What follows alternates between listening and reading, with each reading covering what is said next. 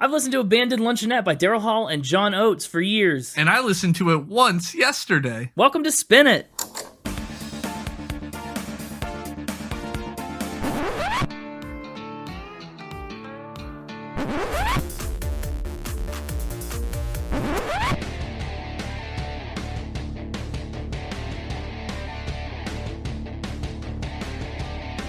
Hello, everybody, and welcome back to Spin It, the record-ranking podcast for people who would rather be listening to music. I'm James, and with me, the John Oates to my Daryl Hall, or vice versa, it's Connor. I feel like you're both Hall and Oates. Oh, are you the Abandoned Luncheonette? Who are you? How do you fit into this? I don't know, it's just Hall was the lead singer, and you're like the lead of the podcast, and Oates did most of the writing of the music, and you're better at that too, so I don't really know where I fit in. Oh. If anything, the mixtaper is Oates, because he writes Factor Spin. I don't know where I fit into this. Maybe I am the Abandoned Luncheonette. Yeah, and with me is the Abandoned Luncheonette himself, Connor. I'll tell you what, this is another week back-to-back where I just went out on a limb and picked an album Yeah. with so much difficulty. Florence and the Machine, I mean, I was back and forth. We talked extensively about High as Hope and How Big, How Blue, How Beautiful. This time, Abandoned Luncheonette versus, I don't know, Voices, anything else. I was hung up on it for a while. I really was. But we'll talk about why I landed where I landed in a bit. But boy, am I excited we landed here. You like this era of pop music, right? Do you know a lot of Daryl Hall John Oates? Oh, you're asking if I like 70s pop music? Yes. It's okay. It's okay. Okay. It's weird how different this kind of pop music is to like modern day pop music. I know, it's like soft rock, almost like acoustic yacht rock, Abandoned Luncheonette kind of is. It's really weird. I am interested by your choice. Yeah. Well, Abandoned Luncheonette, I mean, it's not a record with a lot of hits like Rich Girl or, I mean, you name it, Maneater, any of the others. Yeah, well, Maneater was when I was surprised. Rich Girl and Maneater are two of the, I think, the main two Hall & Oates songs I know. So seeing neither of those on this album was kind of a shock to me. Yeah. Out of Touch is another one I know. Interesting. I don't know if I know that one too well. And of course, I see you're already preparing for next year's Splinter Wonderland bracket challenge. You think? Because they have a great version of Jingle Bell Rock. Yeah, this could very well end up on our next year's Splinter Wonderland. Look, we got to take down Wham. But that's later. Got to get some more competition in there. What do you know about Daryl Hall and John Oates? Well, one's name is Daryl Hall and the other one's name is John Oates. Okay, we're really kind of starting from square one here. I know they met in a really fun way that I'm sure you have in this rundown somewhere. Uh-huh, yeah. And I say fun, I just mean it's fun, like a fun story. I don't think it was probably fun in the moment, but... Probably terrifying. Yeah, Daryl Hall and John Oates, they're a pop duo out of Philadelphia. Prior to becoming one of the most recognizable duos in pop, they were each doing their own thing. They were in their own bands. Daryl was with the Temptones. John was with the Masters. And together they were at a band competition in 1967 when there was a gang fight there. Shots were fired. Everybody was panicking and running around.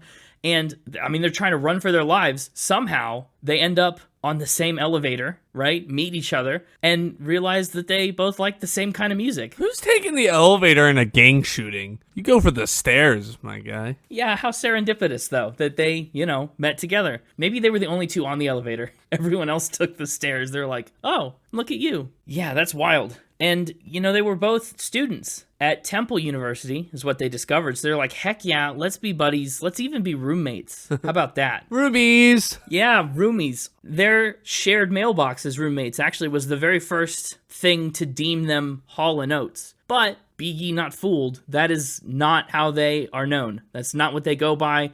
They're adamant that they're Daryl Hall and John Oates. No, they're Hall & Oates. No, they're not, though. That's a misconception. They're Hall & Oates. I mean, practically, yes, but Hall says the reason we've always insisted on our full names is because we consider ourselves to be two individual artists. We're not really a classic duo in that respect. That's what the and sign means. You're right, the and kind of does imply that they're two separate artists. I wonder how other artists like Brooks and Dunn, I wonder if they kind of have the same sentiment. A band like the Beatles, right? They're obviously breaking down that barrier of individual artists, right? Because they're going by a group name. Yeah, or even something like Wham, where it is a duo, but they've got a group name. Yeah, like Hall and Oates implies two people. Yeah, it kind of does. And it's still, both their names. And it's way catchier than Daryl Hall and John Oates. Yeah, but that's how they've credited, all their albums. You won't find any of them labeled Hall and Oates. Well, they're wrong. They themselves are wrong about their name. Yep. Well, you heard it here first. Yeah, I don't know when that gang shootout happened, by the way, but At some time when they were in college. sometime in the, late 60s, something, early 70s, but soon enough they were making music and landed a deal with Atlantic Records in 1972. Their first album was called Whole Oats, which is ridiculous. Like, come on, guys. Whole Oats. I think it's hilarious. I like it. I like it too, but it's so silly. Give me an S. Oh my gosh. It came out in 1972 to pretty limited success. They were kind of still trying to find their voice and their sound, come up with their niche. It was folky and it was poppy and a little rocky, but nothing was really too solid or set in stone. But their second record, let's talk about it, is called Abandoned Luncheonette. And the reason I picked Abandoned Luncheonette over anything else later on in their catalog, anything with like Rich Girl Kiss on my list, You Make My Dreams Come True. Part of it is that those hits are all so spread out, right? It's kind of the Elton John thing, where a lot of their albums have one, maybe two giant songs that you absolutely know, and then the rest are maybe deeper cuts. And if that was going to be the case, this is an incredible record front to back. I picked this one up because a lot of people seem to think it was one of their best. This was the first Hall & Oates full album I went for. And I was floored when I heard it. And I think people should know it, because it made me appreciate their bigger hits even more because of this kind of deep dive. Plus, I have heard songs from this album out in the wild. She's Gone's pretty big. When I was flying through the airport at Las Vegas, I actually heard Las Vegas Turnaround, which I thought was very funny. That's really funny. Isn't it? I know. I bet they've had that on the playlist since 1973. But they set out to make this second album really find their sound. When they did so, they relocated from Philadelphia to New York City. Oates said, "We felt like we were where we needed to be. We had high hopes. That space was one of the most amazing, exciting, and inspiring that I'd ever experienced in my life. We walk out the door and see Bette Midler, Aretha Franklin, Bob Dylan, Doug Sam, Led Zeppelin. They'd just walk in. It was crazy. Now I think back on it, I just wish I'd taken pictures. It was a very exciting time because we were at the epicenter of what was going on in New York at the moment." So that's really cool.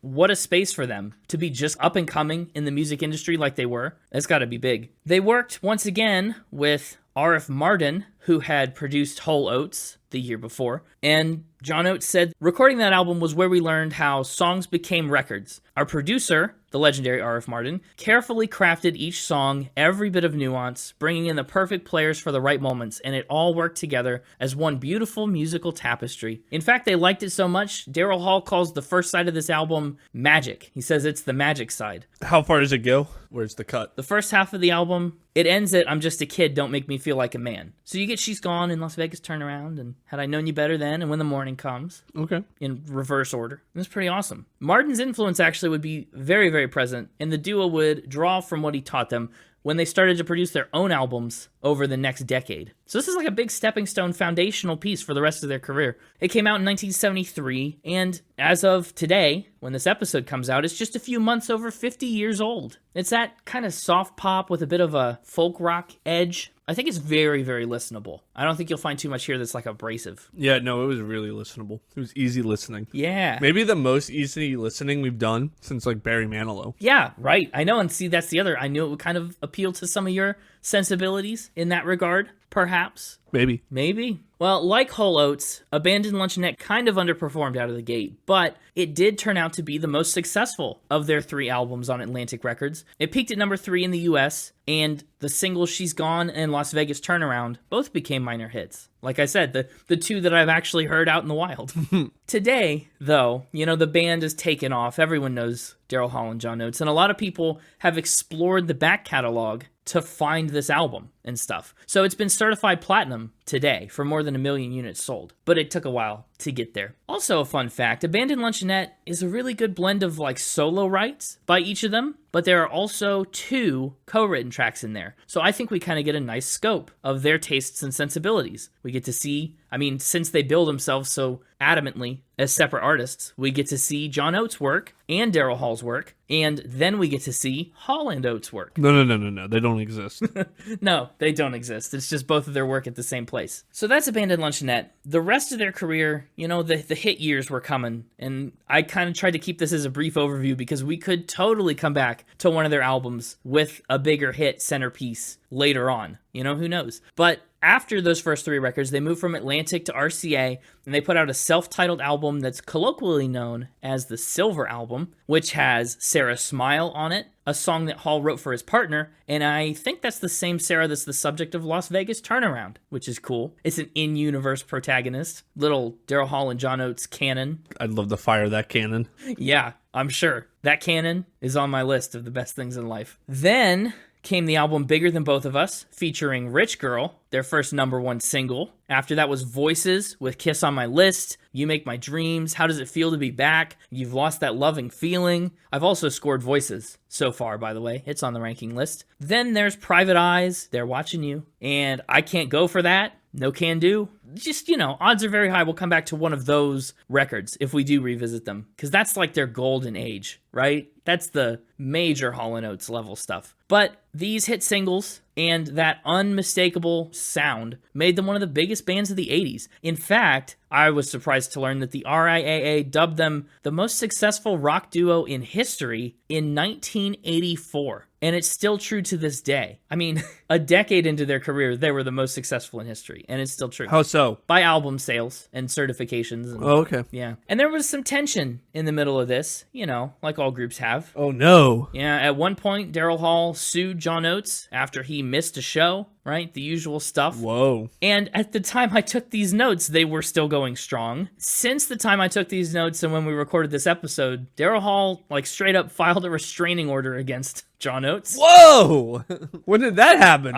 It happened late 2023, but I think the case is still sealed, so there's not a lot of available details. But from what I understand, it's because Oates tried to sell some kind of majority share of the band's LLC in a legal fashion. Huh. I don't know. It's basically just to stop that from happening before it can get reviewed or approved or something. I don't fully know. Huh. But Daryl Hall and John Oates maybe are on some rocky ground in 2024. They need a year of healing. They do. Yeah. Maybe this episode We'll bring them back together. maybe they'll both see it and then be like, man, we got to stay together for the kids. Are we the kids? Yeah, dad and dad, they can't get a restraining order yet. Two individual. No. Father, dad, and father, dad. Please use their full name. Yeah. If you just use part of their name with the word and, makes them sound not like two individuals. Daryl, quote, Dad Hall, and John, quote, Dad Oates. There you go. Yeah. Please only refer to them as that for the rest of the episode. No, I won't. But, I mean, regardless of where the future takes them, to date they've released 18 studio albums with 63 singles mixed in there. Their most recent record was a Christmas album in 2006. But as recently as 2022, they did talk about making an album. Again, that seems to be on a pretty indefinite hiatus. But worldwide, they've sold more than 14 million records. Other accolades include 5 Grammy nominations, one as recently as 2009. They're also members of the Songwriters Hall of Fame, which they earned in 2003, and the Rock and Roll Hall of Fame, which they entered in 2014. Plus, of course, they have a star on the Hollywood Walk of Fame as of 2016. So that's Daryl Hall, and that's John Oates. And now it's time to get the mixtaper in here, the John Oates to my Daryl Hall. And we'll say goodbye to the Abandoned Luncheonette Connor for now, as he cheers me on silently from the sidelines. And the mixtaper tries to bamboozle me with potentially true facts, or maybe lies, about Daryl Hall, or John Oates, or both, but not at the same time. I'm going to cheer you on silently from the sideline, and he's going to bamboozle you loudly on the field. That's correct. Let's get him on out here. Mixtaper, are you there? Yodelay, yodelay, yodelay. It's me, the mixtaper. Eehoo. Are you yodeling? Yeah, Why? it's a yodel kind of day. What does that mean? It's just a good day for some yodeling. That's making me think you might have a yodel fact coming up. Sure don't.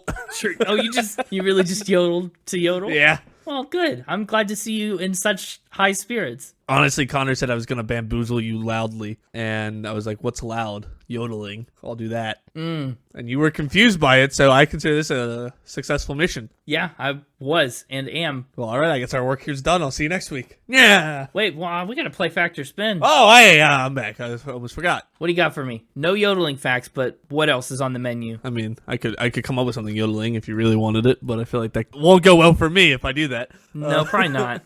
Well, you were talking about lawsuits, so let's start there. Oh boy. They sued a granola company. A granola company. Yeah. The oats puns are really endless. Are you cereal? They sued a granola company?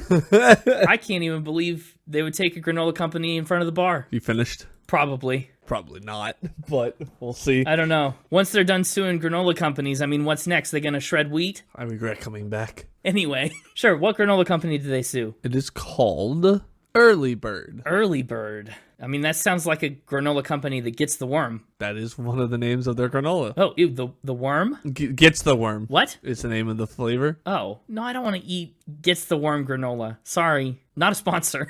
Why'd they sue this granola brand? It's extra fancy and crazy good granola. Sorry, that wasn't in reference to why they sued them. Sorry.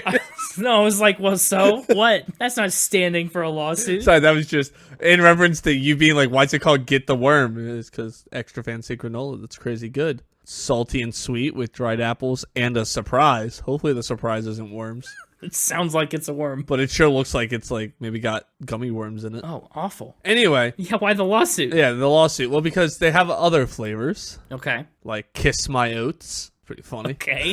That's pretty good. Chock-a-doodle-doo. Nice. And Haulin', like hauling stuff in a truck, oats. Haulin' Oats. Oh, that's interesting. Okay. Now, how did they approach this lawsuit being adamant that the name of their duo is Daryl Hall and John Oates? How'd that go for them? That's a good point. That is a good point. I mean, if I'm a judge, I'm like, well, look, that's not what you call yourselves. That's not your name, yeah. Well, but I mean, to a certain extent, that is how they're known. And obviously, it seems like that's what the granola name is meant to evoke. I mean, I don't know. It's just called Hall & Oats. Because you're breakfast is on my Maybe list. it's just supposed to invoke farm life. I don't know. Was it really, though? No clue. Why? What would they argue in their defense? No clue. Who won? No clue. It's unclear if the case has been settled yet. When did this happen? 2015. Okay, that's more recent than I thought. And actually, this article also says it's unclear whether Hall & Oates has a leg to stand on due to their adamant naming structure. So Yeah, well, I don't know what to do about that. they decided to seek damages in 2015. Damages? How damaging? I don't know. I don't know. Didn't get a profit margin, use their name without their permission. I don't know. I think this is a fact. I think this is a fact. I mean, I started this fact off by saying there's a million oats puns you can make. And sure enough, lo and behold, oats puns abound in this lawsuit. Lock that in for me. I'd like to lock that in for you. That is a true fact. True fact. Wow. Man, they really have been embroiled in some legal battles in the new millennium. Yeah, they're not afraid to push the lawyer button. No, I guess not. For their own benefit and against each other. There's some intra-band... Strife. No, intra. I never know. Darn it. Inter is between. Intra Yeah. is amongst. There's some intra-band. We did this last episode on the intra-chorus, too. Yeah. We can't get our intros straight. Well, I hope they got that sweet, sweet granola money. Unclear. And I hope there are no worms in that other granola bar. Would you like to hear about ancient Egypt, Doomsday, or What? left-handedness? Wow, a diverse array today. I'd kind of like to hear about left-handedness first. We'll kind of escalate here. Oh, okay. Oates is a left-handed. Left-handed? Yeah, is left-handed. Yeah. Okay, that seems kind of normal. Is there a reason that that's extraordinary? Well, yeah, if you've ever seen a picture or watched a music video that has Oates playing the guitar, you'll notice he plays the guitar using his right hand. Does he? So he plays a normal guitar even though he's left-handed? Correct. Is he faking it in videos? Or is that just how he learned? Backwards. No, that's how he learned. Interesting. Why? What inspired him to learn backwards from his, inclinations? His teacher. Okay. Now, that either means his teacher was, right-handed and really good, or insisted that he learned with the right-handed guitar, or really, really bad with a left-handed guitar, and he said, I cannot go down that road. It's kind of the situation that sometimes kids when they're learning the right, the teacher tries to force them to write right-handed even though they're left-handed. Oh, yeah. It's kind of like that. He's left-handed, but his teacher didn't know how to teach a left-handed person, so he's like, you got to learn it right-handed. That's the only way I can teach you. No way. It's so much easier if I'm right-handed to look at someone holding a left-handed guitar because their hands would just mirror mine. I think that's suspicious. What else does he do? Does he do everything else left-handed, like correctly? I assume. What hand does he eat his John Oates with? John Oates oats. He's actually mouth oats eater. Doesn't use any of his hands. It just gets into Gets it. in there? Yeah. That part's not true. No, that's a lie. To be clear. So the only thing he does inverted like that is just play the guitar. Yep. I think this is a spin. A spin. What makes you think that? Well, I've never paid too much attention to which hand he's holding the guitar with. I don't know if I've ever seen the two of them performing together, or even like in a music video. I'm hung up on this guitar teacher bit. I don't think it would be super difficult or really even any different to teach someone on a left-handed guitar. And like, they make left-handed guitars. Look at when he was learning. You know, Jimi Hendrix is a left-handed guitarist, and he was around in the mid-60s. I mean, probably after John Oates had learned to play the guitar, but still. I mean, left-handed guitars were a thing. I'm saying it's a spin. Lock that in for him. I'm locking in that it's a spin. This is a true fact. Oh, really? That's interesting. Mm-hmm. What's up with that guitar teacher? Did not know. Yeah, I'll have to look out for that now in music videos and stuff. Yeah, no, I thought it was interesting. I mean, it's such a unique skill, though. I would guess if you're just starting, it's probably just as easy to pick up a left-handed as a right-handed guitar. Yeah, it's probably not something that really... It's like how some people throw a baseball with their non-dominant hand, right? Because it's not that much harder to learn it the other way if you've never done it before. Yeah, but like even that, I mean, if you're throwing a baseball, they're doing something with hand-eye coordination or like fine motor skill. Maybe your other half isn't as developed or refined. So Doomsday or Ancient Egypt? I'm really curious about Ancient Egypt right now. Okay. But I'm going to ask about Doomsday first. Oh, okay. Oates is a prepper. Ooh, a Doomsday prepper. This is a first for us. Sure is. I've got so many questions. Such as? First of all, how hardcore are we talking? Like, does he have a bunker? Does he just have a lot of canned food? Like, what's the degree of preparedness? Yeah, he has a Doomsday bunker located on his Colorado ranch. Awesome. When did he build it? 2009 is when this interview is, so at least by then. Wow. Okay, and why did he build it? For Doomsday.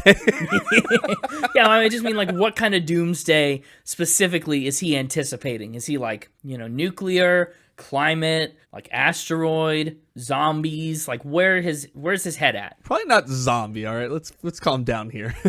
I honestly don't know. What kind of stuff is in the bunker? What's he got? So the bunker is powered on its own gasoline engine. He has enough gas, food, and water to supply himself on his ranch for 2 years. So probably not nuclear if he's planning to just stay on his ranch and not live down there, now that I'm reading this. No, yeah, maybe not. But enough food, water, gas to survive in isolation on his ranch for 2 years. So I bet he did this during COVID then, actually. Yeah, maybe. Maybe I realized what you He said said there. it was in 2009. Yeah, maybe. Yeah, that's what he did. Interesting. He also apparently has alpacas on his ranch. Whoa. I wonder if he has enough food, water, and gas for them during the apocalypse. I don't know if they need much gas, but the rest of it. Alpacas are pretty fuel-efficient animals. That's a really random fact. Doomsday prepper. This one feels like a spin. Like a spin? Hit me with your reasoning. My reasoning is just that we haven't had doomsday preppers before, and while it's not too outlandish that this could be true,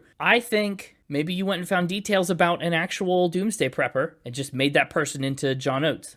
Lock that in for me. Okay, I will lock that in, that this one is feeling fishy. I think it's a spin. Plus, we've had 2 facts already, so ratio-wise, I don't know. Playing the odds. Just like John Oates? This is a spin. Oh, yeah, it's a spin. No doomsday prepping for John Oates. He is unprepped. No, but him and his wife do have a small number of rescue llamas, alpacas, emus, and peacocks on the ranch. Whoa. Oh, he's got the Miley Cyrus emu fact would have been true about John Oates. So, did you just find a random doomsday prepper and... No, I kind of just made it all up. Oh, well, it was pretty believable. Found this article on his ranch, and it feels like a good place to have, like, a doomsday bunker. I actually kind of thought about, like, The Walking Dead and other, like, apocalypse-style TV shows and movies where it's usually some guy living on a ranch that's got all sorts of supplies that the protagonist stumbles across. It's always the ranch ones. Yeah. This article was written in 2017. I made up when it happened. And he, at that time, was selling the ranch. And they were planning to buy a smaller ranch somewhere else. So, I don't know. For a minute, I was like, is John Oates okay? Like, he's a big pop star, making lots of money. All of a sudden, they're suing everybody. He's in a bunker. He's selling shares of the company. There's a restraining order. Like, is he good? But that's a spin, so that's great. And last but not least, we've got Ancient Egypt. Sure do. I don't know what this is about to be, but I'm excited for it. Daryl Hall owns an ancient Egyptian artifact. What kind of artifact are we talking? A piece of the hypostyle in the temple of Amon at Karnak. Hypostyle? I'm going to go with hypostyle, not hypostyle. Yeah, what is that? Basically, it seems like a piece of the wall from the pictures with like some hieroglyphics on it. Sure, that's interesting. Why? Does he have like an interest in ancient Egyptian history? He bought it and donated it to the University of Pennsylvania Museum of Archaeology and Anthropology. Oh, so he was just kind of the middleman of it for a minute? Yeah, and I would assume it probably has like donated by or on loan from Daryl Hall or something like that, how most museums do that stuff. Yeah. Or maybe he just straight up gave it to the university. He doesn't actually own it, but he bought it. That's mainly what I'm getting to here. Sure. How much did he pay for it? $4 million. I should have made you pay that dollar amount. Darn it, what have I done? Yeah, for a minute I thought I might. $4 million.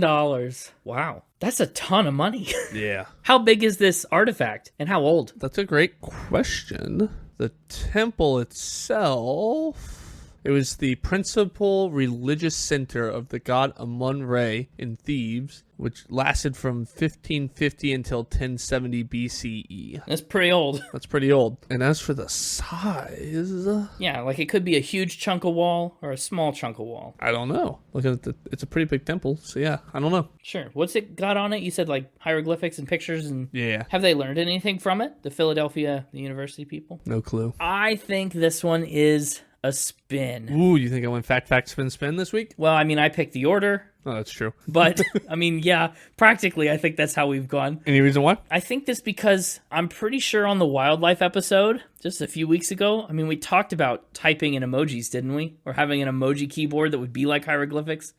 Did we? There was some episode where it came up, and I don't even know if it made the cut. I don't remember that, but okay. Hieroglyphics just might be on your mind. They're not, but okay. Well, they are now. So you're going spin. Lock that in for me? I just think it's a spin. Okay. I mean, I'm going to lock it in. Well, your logic completely wrong, but this is indeed a spin. Oh, good.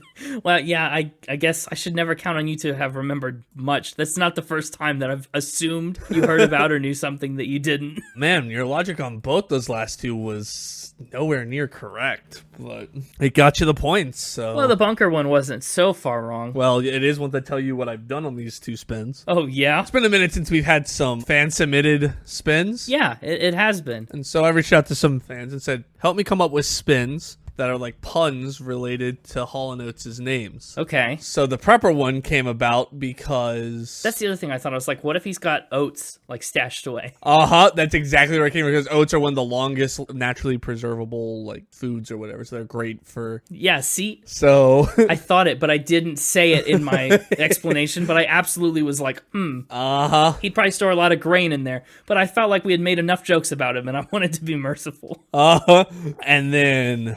A hypostyle is a type of hall predominantly used in Egyptian temples. Oh, you said it was like a wall. Yeah, a wall to the hall. Okay, a hall wall. It's a hall wall. Yeah. A hypostyle is an interior space whose roof rests on pillars or columns. The word means literally under pillars. And the design allows for the construction of large spaces as in temples, palaces, or public buildings without the need for arches. It was used extensively in ancient Egypt, such as the Temple of Amon at Karnak. So yada, yada, yada, yada. Well, there we go. That's interesting. Very fun little puns. Yeah. Didn't get me anything for it. No, it didn't. I didn't figure Daryl Hall would be too into ancient Egypt artifacts, even just to donate them like that. Yeah, I added that little detail. I went and was like, okay, they're from Philadelphia. I Googled list of museums with the most Egyptian antiquities and found a Wikipedia article called List of Museums of Egyptian Antiquities. Seems like an effective Google search. There was 3 USA-based museums in the top 10, which were Boston, Massachusetts, Ann Arbor, Michigan, and Philadelphia, Pennsylvania. So I was like, oh, perfect. Oh, fantastic. They have over 42,000 artifacts. Wow, and none of them are from Daryl Hall. None of them. He's not making their dreams come true. Well, Mixtaper, that's a 3-1 for me this week. Yeah, 3-1 for you. It's been a minute since you've had a win like that. We've had a lot of 50-50s and me taking the lead. Yeah, that's true. That was my first win of 2024. Doesn't feel good. I'd kind of gotten used to... Yeah, my last win like this was the Thanksgiving episode and the band. Wow. Yeah, I kind of, I'd lost my tolerance for defeat. This one stings a little. And you're going to have to get it back. Maybe by next week you'll be all set and cooking with grease. And until then,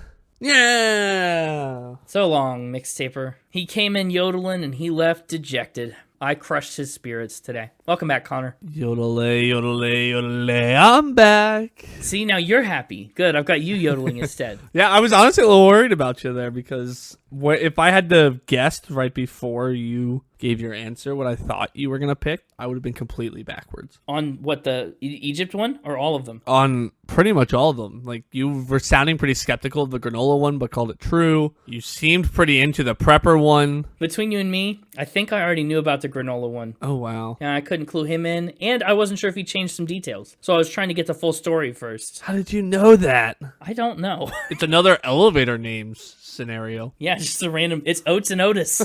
Gotta watch out. Well, let's talk about this album cover on Abandoned Luncheonette. Honestly, a very apt album cover for the name of this one. Mm-hmm. It is an abandoned luncheonette. Give me Haunted McBarge vibes. Oh, yeah, like we talked about on the Shins episode. Haunted McBarge that sunk in a lake was really weird. Yeah. It honestly kind of gives me, this is my only frame of reference, mostly for like that kind of diner style, like Dexter's Diner from Star Wars.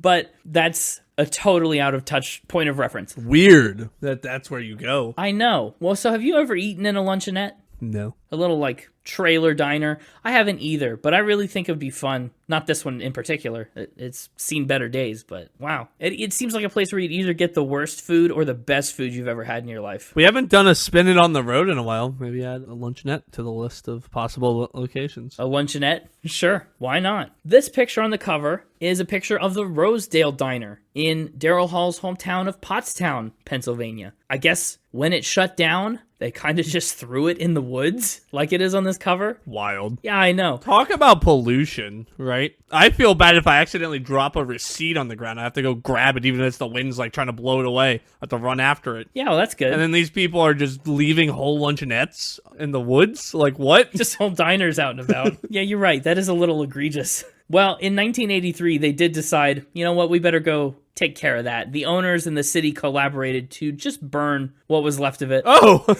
Yeah, so that was the fate of the Rosedale Diner. Pollute the nature and then burn it to cover up our pollution. Yeah, the photo was taken by Barbara Wilson. She was one of John's college friends. Sorry, did they come up with this song title before or after they found out about this luncheonette? Actually, I'm pretty sure that they knew about the luncheonette, and that inspired the song. And then the song was such a hit that it inspired the album title. Yeah. Which inspired the album cover. So I think it kind of was a full circle. That's awesome. Yeah.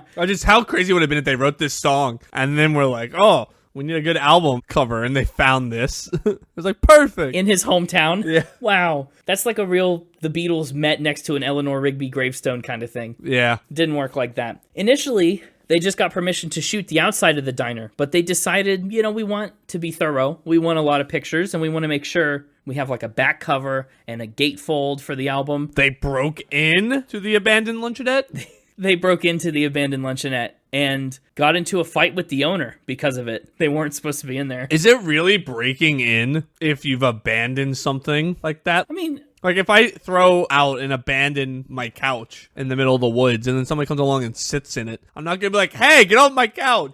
No, probably not. I don't know. But if you explicitly just gave someone to take pictures of your couch and then you came and found them sitting on it. Is he even really still the owner if he's abandoned it like this? Yeah, I'm not quite sure the situation, but it definitely doesn't seem worth getting into a fight over. Either way, the interior pictures look really cool. I mean, they love getting into legal debate is what I've learned. You're right. They started early.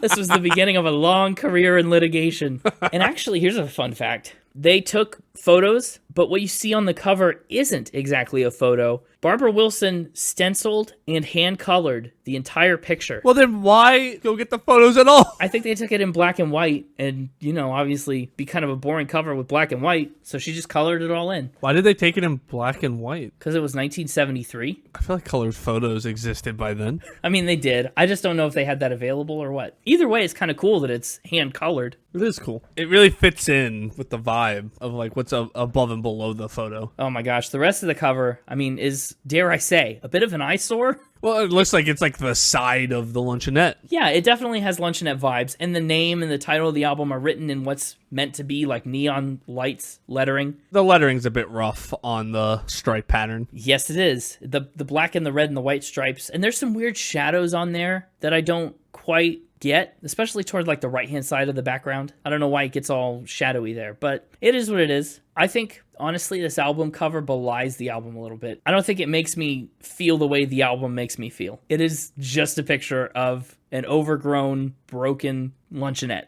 Mood. Yeah, and on the cover is a picture of Connor. Oh, well, should we talk about these 9 tracks? Nah. It is a quick listen and probably a quick talk about, too. I mean, to be honest, we've got some real fun songs here. And it all kicks off after the night. When the morning comes. When the morning comes, indeed. This one was written by Daryl Hall. It was the album's second single. What'd you think? Definitely kind of interesting. Far cry from their eventual Kiss on My List kind of stuff. Yeah. I like the way it started. I felt like the start of the album fit the tone that the album art. Like, I felt like I was just wandering in the woods when this album started. When the morning comes, definitely, I get that. I like that. And it's, I mean, listen to the lyrics. I'm up in the air with the rain in my hair. I've got nowhere to go. I can go anywhere. There's that sense of wandering and freedom and nature built right into the lyrics. Yeah, I just got like a bunch of teenagers romping through the woods having fun. Yeah, except it's not a very fun song. No, it's not. It's about him being sad at night. No, that was before everything really kicked off lyrically. Yeah.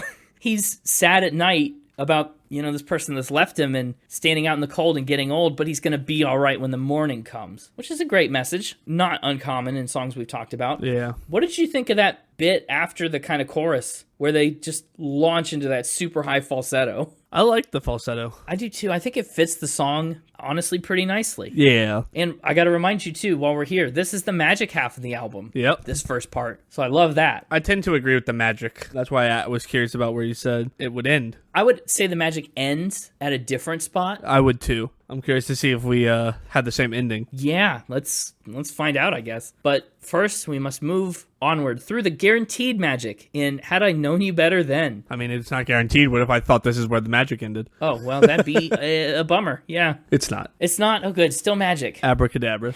I think Had I Known You Better Then is one of my favorites on this whole record, bar none. So is this your playlist pick? It could very well be. I haven't settled on one yet, but we'll have to find out. I like this song a lot, mostly because of the interplay like between their vocals. This is an instance where they each kind of pick a different part and sing it simultaneously, especially later in the song. And I think that's a lot of fun. This song was written by Oates, by the way. This is a John Oates cut. And I really love the guitar part. Sorry, I said it again. I say it every episode. It's fine. Just the way that he's structured it to walk down with the bass notes. That right-handed guitar part. That right-handed, left-handed guitar part is superb. Let me ask you a question. Go ahead. Were you ever so in love you couldn't wait to get to sleep and dream about the one that you wish was right there beside you? Yeah. Well, that is exactly then how Oates feels. You can relate. First time I tasted a turkey club sandwich. You tasted a turkey club sandwich and then went to sleep and dreamed about another turkey club sandwich? I couldn't wait to go to sleep Wow. so I could relive that memory. Yeah. I really love this song too. Just the whole sentiment of if I had known you better than I did the very first time I saw you, like if we had not met as strangers and could have just jumped headfirst into where we would eventually go, I would have told you I loved you so much sooner. Like, that's so cool. It's almost like the opposite of The Dance by Garth Brooks. Yeah. Which is like, if I'd known that this was going to end poorly, I might have abandoned it altogether. But I'm glad I didn't, because then I would have missed out on the good stuff. Like, Yeah, this is the opposite. This is like, if I'd known how good it was going to turn out, I would have gotten to the good way sooner. I wouldn't have waited. Call it luck, call it fate. Call it a shame that we met so late and loved so lightly. Boy, I love that. Just this whole song is structured so fun. The harmonies are excellent. The multiple parts are great. And I love that. Had I known you better then. Like, that's such a good melody. And they get into that little part at the end, the woes. I actually preferred the had I known. Where they like walk down the had I known. Yeah, it's excellent. Very well could be my playlist pick. But if it gets beat out by anything, it's going to get beat out by the Stewardess song and Las Vegas Turnaround. Is this where you think the magic ends? Is this the last good one? Absolutely not. Magic is as strong as ever. All right. Las Vegas Turnaround is the first of two songs written by both Daryl Hall and John Oates. Good. You called them by their proper name. Yeah, of course. And once again, it's about that same Sarah that's the subject of their hit, Sarah Smile. But in this song, she's not smiling. She's a stewardess, off on a turnaround flying gamblers to Las Vegas. Don't they often smile? Yeah, they do. And maybe she did smile. I don't know. But she's too busy flying gambling fools. I love the major seventh chords. Hit me with more of those all the time, everywhere. I think this song has a lot of really fun moments, too. First of all, saxophone solo. Heck yeah. Oh, I was waiting to get to that. I didn't want to jump right into the saxophone solo, but big fan. Oh, I threw us right to it. I literally said first off. Well, I always am the one that's ready to jump right on the instrumentals, but I wanted to give you a chance to talk about the beginning of the song before I jumped right to the end like I'm known to do. Yeah, well, it's really curious because so much of this album has kind of been bare bones acoustic guitars and stuff so far, and like maybe some orchestral instruments here and there, maybe a synth. Oh yeah, the whiny horns at the beginning. Yeah, the saxophone kind of sticks out like a sore thumb here. Like it's just so sudden and so good. No, I think it blended in perfectly. It fit right in. It hit and I was like, this is exactly what this song needed. It was. It truly was. And I wonder if they thought of that, or if that's like the Magic Man himself, or if that's like an R.F. Martin contribution. Yeah, I don't know. I mean, they said he knew all the places to put the instruments and stuff, and clearly this is proof of that. And there's all those moments too where we get to have fun choruses. Las Vegas. You know, there's a little bit of a chant section. Turn around. Sometimes she's here and sometimes she can't be found. Turn around. This is the whole song.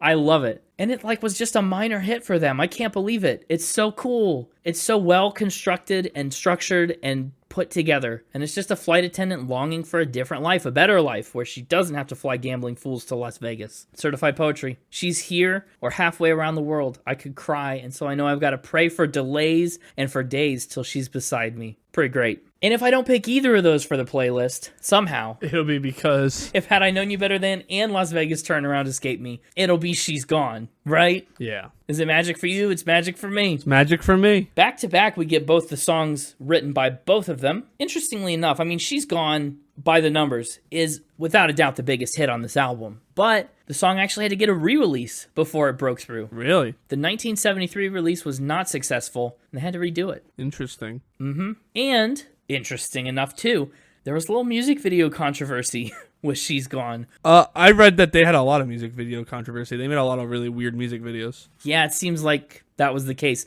And it's not like network television in the 1970s was necessarily the place most open to that. Yeah. But in this particular case, they made the video in 1976 upon the re-release of the song. But when they sent it to a TV station in Philadelphia, they got told, nope, sorry, we don't want to air that, because John was in a sleeveless tux and Daryl was wearing women's sandals, and I guess that was enough. How can you tell? Yeah, I don't know. Well, the sleeveless tux is an easy one.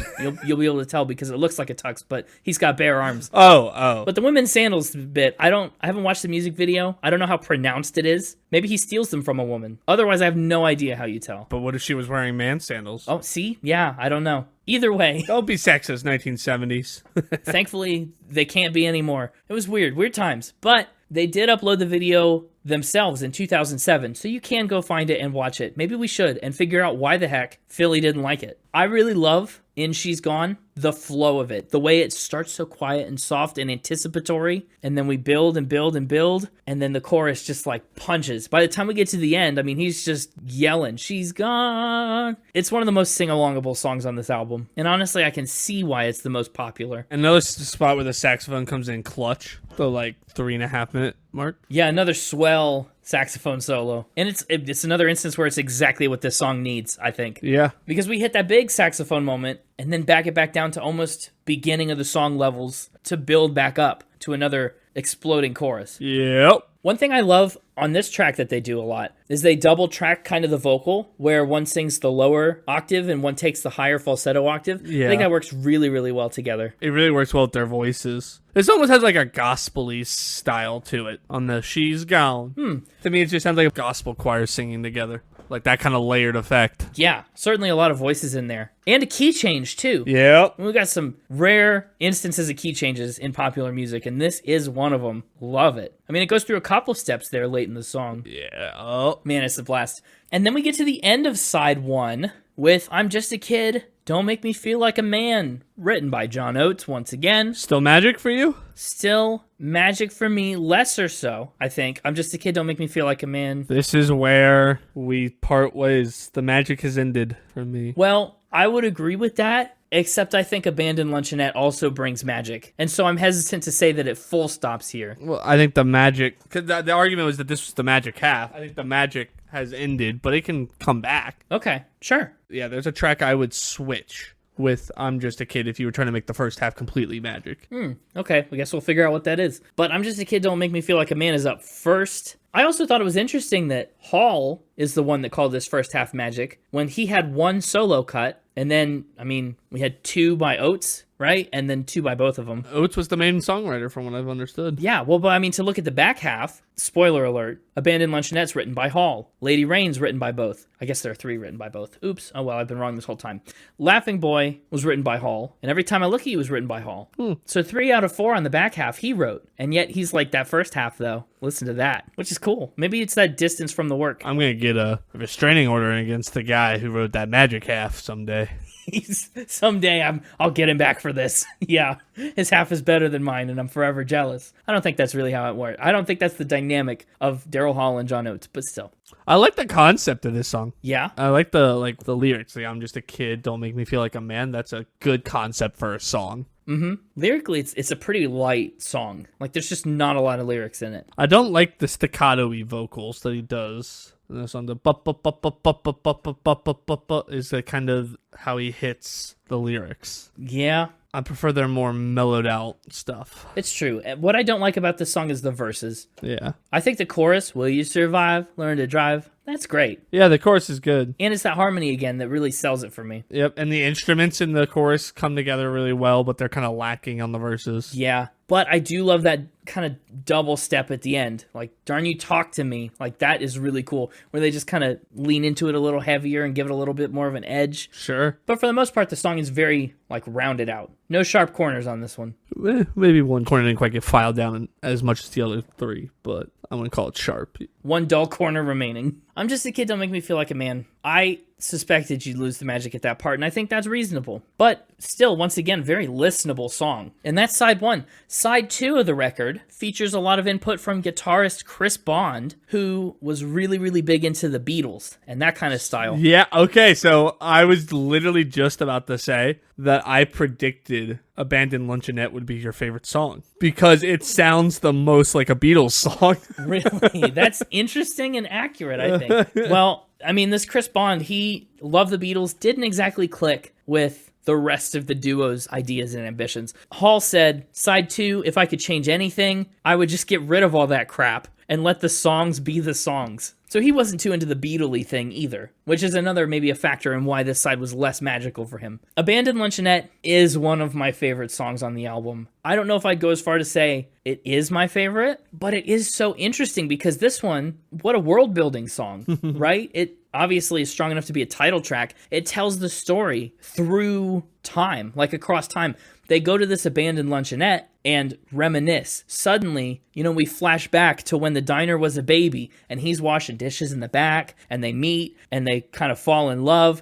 Day to day, they get old, their lives waste away. And as they do, the diner aging, where they met, getting old and decrepit and thrown in the woods and eventually burned. It represents that process is just the relationship growing and changing. And man, it's just so cool. I love that imagery and that parallelism with the story they're trying to tell. There was a moment of buffoonery for me in the lyrics. Yeah, is it the end? No. Oh, okay. What part was buffoonish for you? It pulled me right out of the song when I heard the line, she was 20 when the diner was a baby. He was a dishwasher, busy in the back, his hands covered with gravy. I was like, really? Covered with gravy is what you chose to do there? Yeah. No, you're right, I guess. That is a weird one. It just instantly pulled me out of the song. He's in the grit and the muck and he's working a dirty job. Really, that pulled me out of the song all the way up until like the 2-minute mark when the saxophone came back. Okay, well, as long as you got pulled back in. I like the way that the song, it's like musical movements shift with the parts of the story. The beginning is kind of this frank, very matter-of-fact. They sat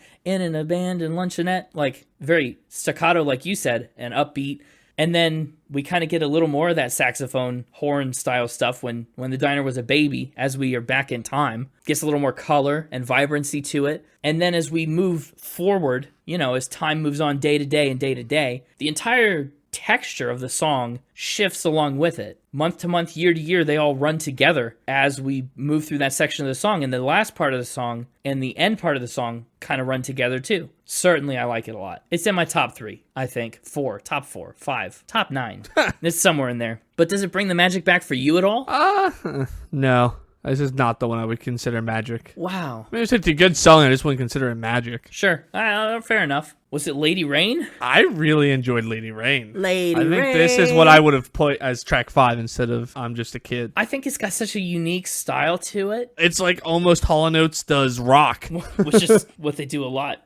But I get it. Well, yeah, but I mean, on this album, it's not what they did a lot. No. This is like a preview into what was to come. Yeah. I really like the way they've done that string. Is it a mandolin, I think, or a guitar with a really, really high capo on? I don't know. Very high stringed instrument. I like it a lot. I didn't think it was a guitar, but I guess it could be. I don't think it is either. But whatever it is working for him. Lady Rain.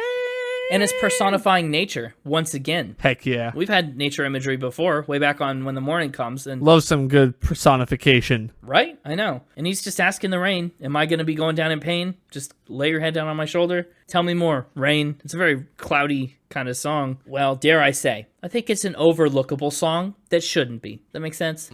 It's not the most popular track on the album. I think it's easy just to kind of breeze past it, but it shouldn't be.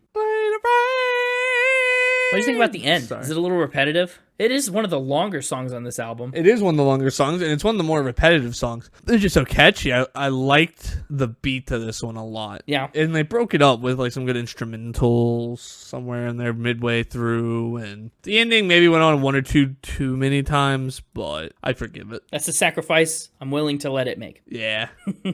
That's fair. I think according to the beloved Spotify plays, a lot of people might consider Lady Rain the last remaining bit of magic on this album.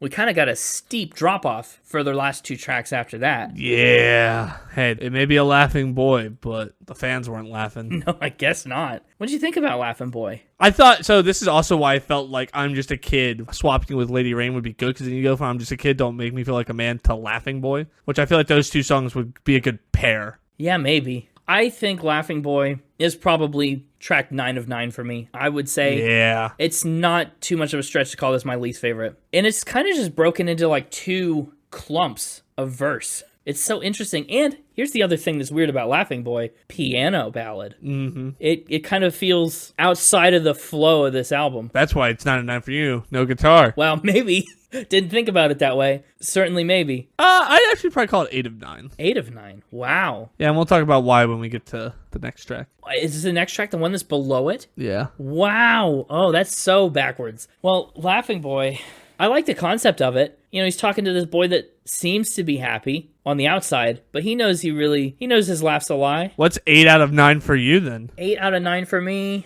Oh, I'm going to have to go through this whole album and put them in order, aren't I? I'm just saying, if you were so against even the idea of Every Time I Look at You being anywhere near Laughing Boy, something else has to go near it. And you called half this album magic, so it leaves you with very few options. I know. Hey, I didn't do that. Daryl Hall did that. I just repeated it and agree. You just agreed. I think Lady Rain would be 8 of 9. Really? I think it'd be Laughing Boy, Lady Rain, maybe Then I'm Just a Kid, Don't Make Me Feel Like a Man, then Every Time I Look at You, or swap those around. I'm not quite sure. Well, dang. Every Time I Look at You is up next. Oh, I thought you were about to say, like, make it into a pun about something that happens every time you look at me, because now that you were disappointed by how I ranked the songs. Oh. But you didn't. You just straight hard transitioned it. My bad. Hey, I can do better. Okay. Well, dang. Every time I look at you now, I won't be a laughing boy. Well, that's sad. I'm back to being an abandoned luncheonette. It's just me. Time measured by peeling of paint on Connor. Yeah. I really like the funk sensibilities of Every Time I Look at You. Yeah. There's some wah-wah pedals going on, a little more up-tempo. However, okay, point against it, it is a 7-minute song. Yeah. On an album that probably shouldn't have any 7-minute songs. Correct. It overstayed its welcome, which is why it's 9 of 9. But the jams and the breakdowns. I was over it by then. I was ready to wind this album down with a nice closer that fit the style, the nice easy listening style, and then it just kept wanting to break down and never end. It's like that guest at the party that like you're trying to usher out the door. You keep edging them closer towards the doors. They just keep talking and talking, and you can't get them out. You just want to go to bed, and they won't leave. Yeah, honestly, that's a good analogy. I'm full of good analogies. Go find me one analogy on this podcast that isn't good. Yeah, that's an interesting way to feel about this song, and I can't fault you for that. I like it a lot. I really like Baby It's Goodbye at the end, into that big breakdown, to like a kind of country style banjo jam at the end. That's a weird one, right? That's new. A new flavor for this album at the 11th hour. I don't want new flavors. I want to go to bed. Get out of my living room, Hall & Oates. Hey, Daryl Hall and John Oates. Yeah, well, maybe I'd be more respectful to what they want to be called if they weren't keeping me up past my bedtime. Okay, sure. Well, yeah, that is every time I look at you. That's going to cover the whole album. Yeah. Easy listen, quick 9 tracks. I love that so much. And honestly, I could listen to this album cover to cover anytime. I'm anticipating top 50 from you with this one, with how much you've been praising it. Oh, really? Definitely top 100. Maybe not top 50. Maybe that was a bit ambitious. But definitely top 100. That is a bit ambitious. Okay, well, let's get into Final Spin, and you can find out exactly what to expect. As for me... Can you really say as for me if I haven't gone yet? Usually I'm the one that says as for me because you've already given a score. You're kind of the as in this as for me. Fair enough. My scores, when the music on this album is good, I think it's really good. I think it's so strong. On so much of that first half, magic. Bonafide, certified magic. Las Vegas Turnaround comes to mind. Had I Known You Better Then comes to mind. I mean, even something like Lady Rain comes to mind. Abandoned Luncheonette, strong spot for the music. I'm giving it an 84. I feel like Laughing Boy, I'm Just a Kid, Don't Make Me Feel Like a Man. There's a couple moments that really slow me down and loop me around the loop, especially on verses in some of those instances. Every song has like a good musical moment, right? You'll find a silver lining in everything that maybe is a cloud. But it's an 84 for music for me. Lyrically, it's not bad. I mean, there's some hands covered in gravy moments, but a lot of these songs, they're centered on a specific moment, a specific emotion, and I think they execute those well. I kind of wish these songs had more movement, like Abandoned Luncheonette, that has that passage of time. A lot of these songs kind of feel stuck in one place or one instant, except maybe Las Vegas Turnaround. And they're not all bad, but lyrically I'm giving it a 79. Instruments and production, 77. This album feels a little quiet to me. I think some of the songs could use a little touch-up, production-wise. Instrumentally, mostly it's pretty good. Some weird spots, like just a song that's all piano, kind of strange, right? Doesn't quite mesh with the rest of them in the same way. But hey, saxophone solos. But overall, the vibe, I adore this album. It's so much fun. I like the fact that it's mostly deep cuts. You know, there's not really a huge Hall & Oates hit here, and I think that's really cool. Giving it an 85 there, which means its overall score is an 83, and it's number 389 on my rankings. Way lower than I thought it would be. Kind of a far cry from what you thought, yeah. When you said 84 for music, I was like, man, he did nothing but talk about how great the music was. I was surprised. Yeah.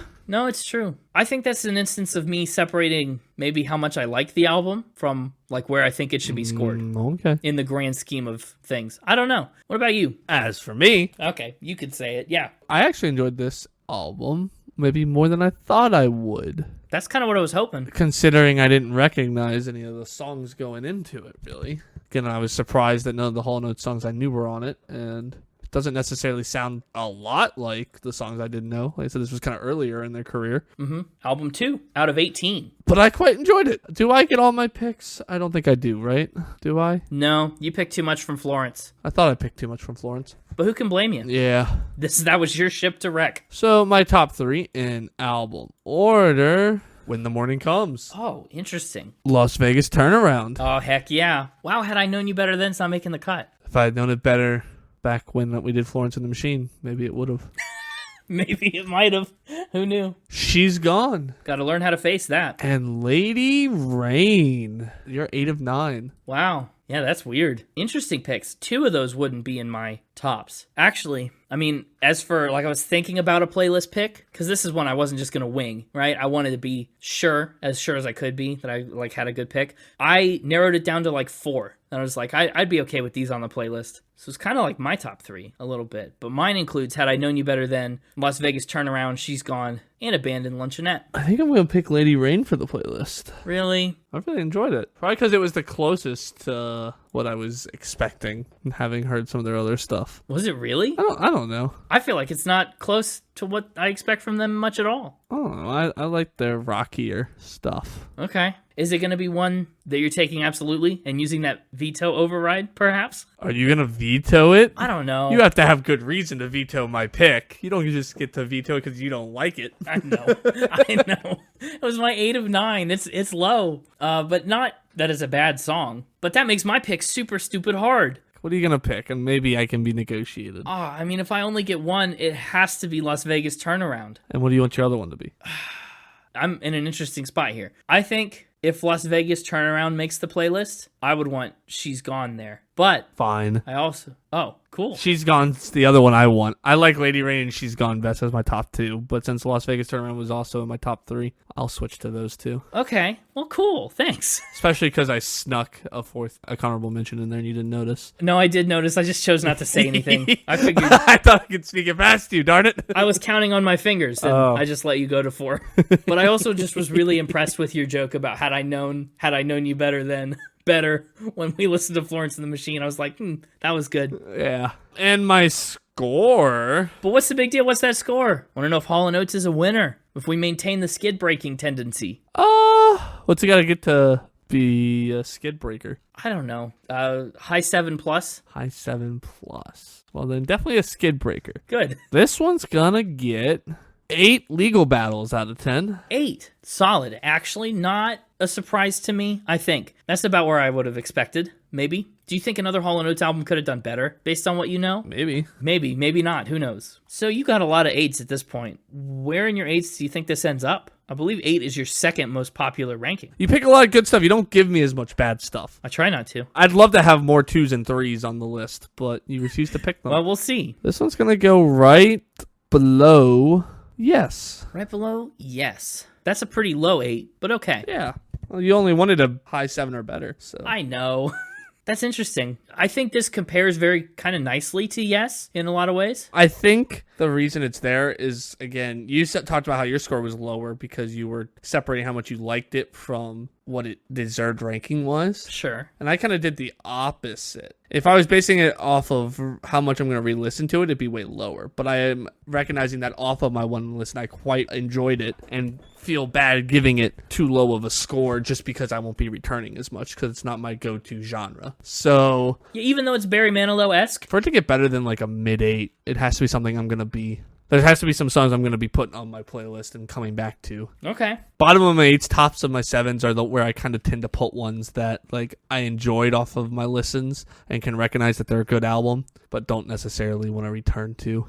Wow, but I'm surprised by that. You compared it to Barry Manilow. Your pick. I compared their sound. I mean, it's obviously different. I didn't compare their goodness, just their sound.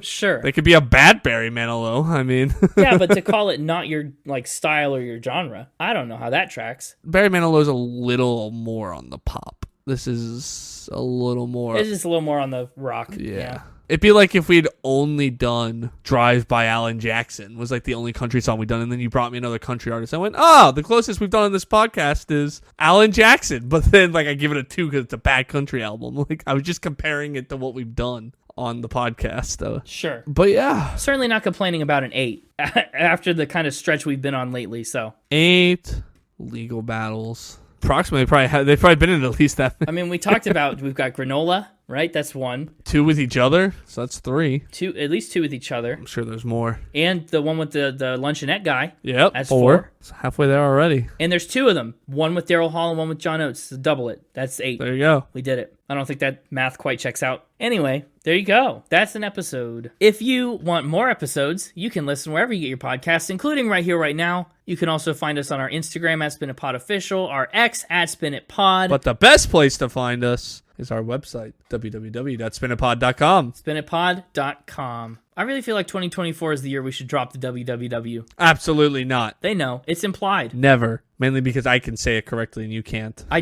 often forget a W, but it's fine. This is episode 131, which means a blooper reel just came out. Did it? For episodes 120 through 130. Yeah. I know. You can find that on our website, www.spinitpod.com. We just also released Alan Jackson's bonus content a couple weeks ago. Available on all of our socials and website, www.spinitpod.com. Next week, we are going country again. So, the most recent thing we've done kind of like it will have been Alan Jackson. Kind of apt that you use that as a metaphor. There you go. We'll see how it goes. It's the newest country we've gone in a while. But until that episode comes out on our website, www.spinitpod.com. Oh my gosh. You know what to do. Keep spinning.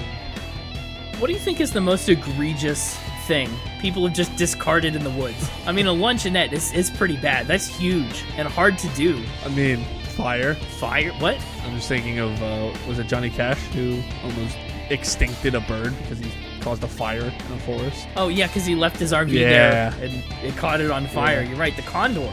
He almost took out the condors. That was pretty egregious.